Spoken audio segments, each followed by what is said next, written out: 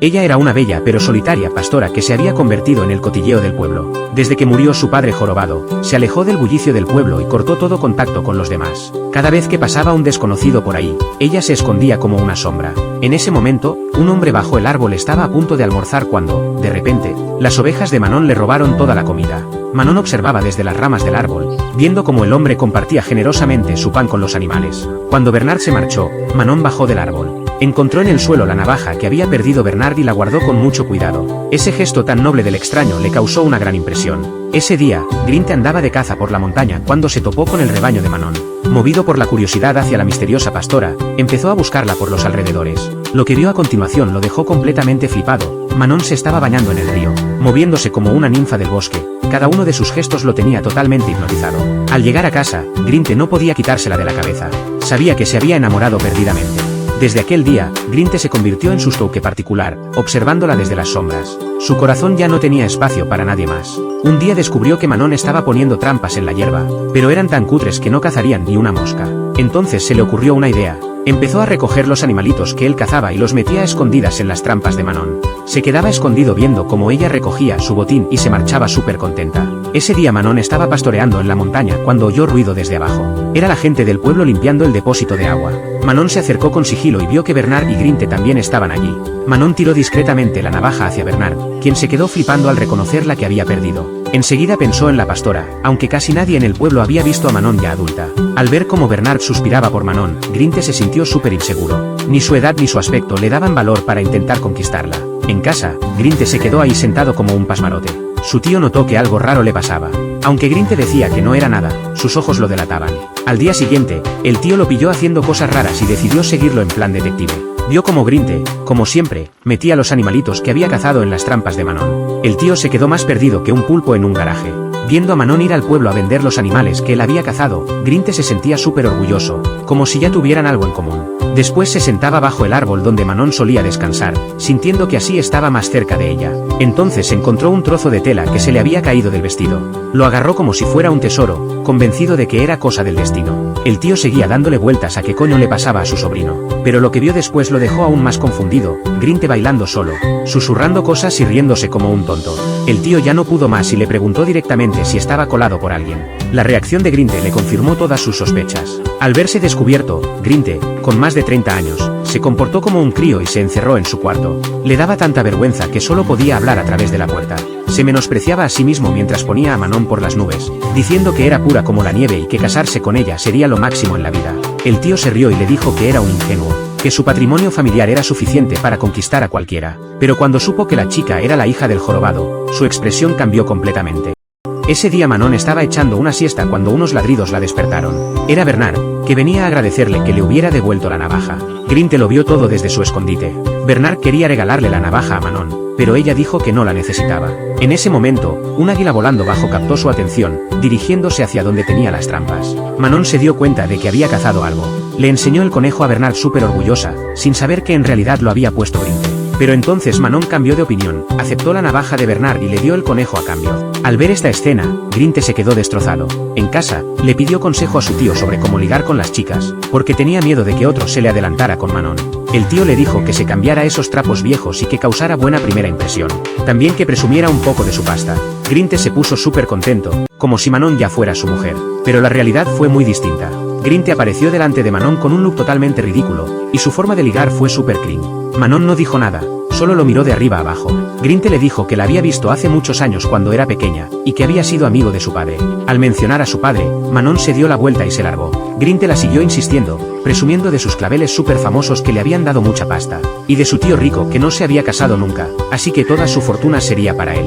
Le preguntó si quería casarse con él para no seguir sufriendo en la montaña. Pero por mucho que hablara, Manon siguió en silencio y cada vez se alejaba más. Grinte no pillaba que todo era en su cabeza. Aunque siguió declarándole su amor, Manon se fue. Grinte volvió a casa súper deprimido. Aunque no tuvo respuesta, el corazón de Grinte ya era totalmente de Manon. Solo quería una cosa, amarla. Así que se cosió el trozo de tela de su vestido en el pecho, porque era lo más cerca que podía estar de su corazón. Ese día Manon estaba poniendo trampas cuando un disparo la asustó. Se escondió rápidamente, eran los cazadores del pueblo. Al ver que eran animales cazados por Manon, los soltaron, porque le debían ese favor.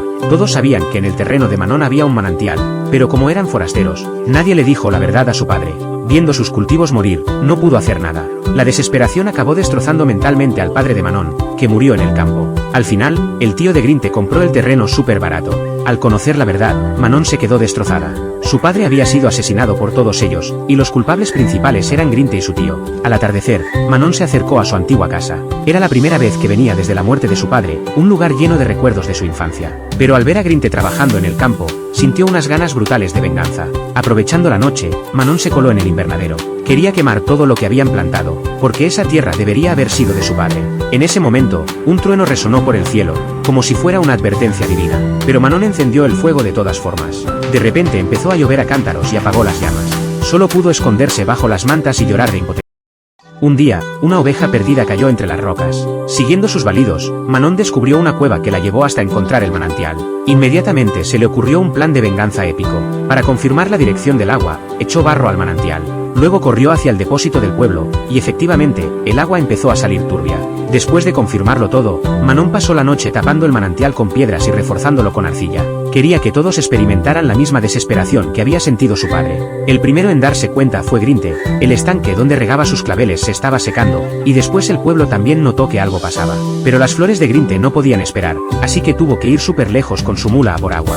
Pensó que el problema se solucionaría pronto, pero después de casi un mes seguía igual. Grinte continuaba trayendo agua cada día, y aunque él aguantaba, la mula ya estaba agotada. Durante la misa, Grinte notó que Manon no apartaba la vista de Bernard, y entonces entendió que Manon estaba enamorada de él. Pero cuando Manon lo miraba a él, era como si viera a un criminal. Puede que por los remordimientos, Grinte bajó la cabeza. El obispo dijo que Dios estaba castigando a los pecadores, que quizás alguien entre ellos había cometido algo terrible, y si era así, que se confesara, porque se salvaría por su arrepentimiento y el agua volvería a fluir. Camino a casa, Grinte iba súper agobiado, porque el obispo los había estado mirando mientras decía eso. En la fiesta de cumpleaños de Bernard, un anciano quiso que Manon se uniera a la procesión, porque Dios escucha las palabras de los huérfanos. Manon se negó, no iba a rezar por quienes habían robado el agua de su padre. Acusó directamente al tío y al sobrino, diciendo que sabían perfectamente porque Dios los estaba castigando. El tío se dio cuenta de que la cosa estaba fea y se justificó rápidamente. Yo descubrí el manantial después. Tu padre murió por falta de agua para regar, y yo compré la finca por lástima hacia vosotros. Nadie me vio tapar nada, ¿quién puede demostrarlo? Entonces alguien dijo que él sí podía. El hombre contó todo lo que había pasado. Había sido 10 años antes, vio a Grinte haciendo guardia mientras su tío tapaba el manantial. No lo dijo antes porque no era asunto suyo, pero ahora todos, incluido él, estaban siendo castigados por ello. Grinte, sin importar cuál fuera la verdad, estaba dispuesto a dárselo todo a Manon. Ya estaba totalmente obsesionado con ella. Pero ante el asesino de su padre, ¿cómo iba Manon a aceptarlo? En sus ojos solo había odio. Grinte, súper cabreado, le echó toda la culpa a su tío, mientras que el tío pensaba que todos los vecinos que habían ocultado lo del manantial como él deberían compartir la misma responsabilidad. Poco después, Grinte se quitó la vida, quizás por una maldición familiar. Cuando el tío estaba preparando el cuerpo, encontró la cinta que Grinte se había cosido en el pecho. Después Manon confesó la verdad sobre el corte del agua. Bernard no la culpó, si hubiera estado en su lugar, habría hecho lo mismo. Al final, con la ayuda de Bernard, desbloquearon el manantial. Manon y Bernard se casaron y acabaron juntos, con todo el pueblo reunido celebrándolo. Solo el tío estaba solo, visitando a Grinte. Le llevó los claveles que más le gustaban en vida. Si la muerte de Grinte había sido un golpe duro para él, conocer la verdad le quitó todas las ganas de vivir. Resulta que años antes, cuando se alistó en el ejército, había pasado una noche con la abuela de Manon. Desde entonces ella se quedó embarazada, pero él estaba en África sirviendo. Un viejo amigo le contó que la abuela de Manon le había escrito cartas que nunca recibió respuesta. Con la barriga cada vez más grande y el padre del bebé sin aparecer, María se convirtió en el hazmerreír del pueblo, hasta su propia familia la rechazó. Al final se casó con un herrero de la ciudad. Aunque el niño nació, tenía la espalda deformada. Cuando volvió a encontrarse con Manon, el tío ya no tuvo valor para hablarle. Después le dejó toda su fortuna y le escribió una carta confesando la verdad. Tu padre era mi hijo biológico, pero yo lo torturé hasta matarlo. Ni siquiera me molesté en mirarlo bien. Fue un error estúpido y no espero tu perdón. Adiós, mi niña. Te quiere, tu abuelo.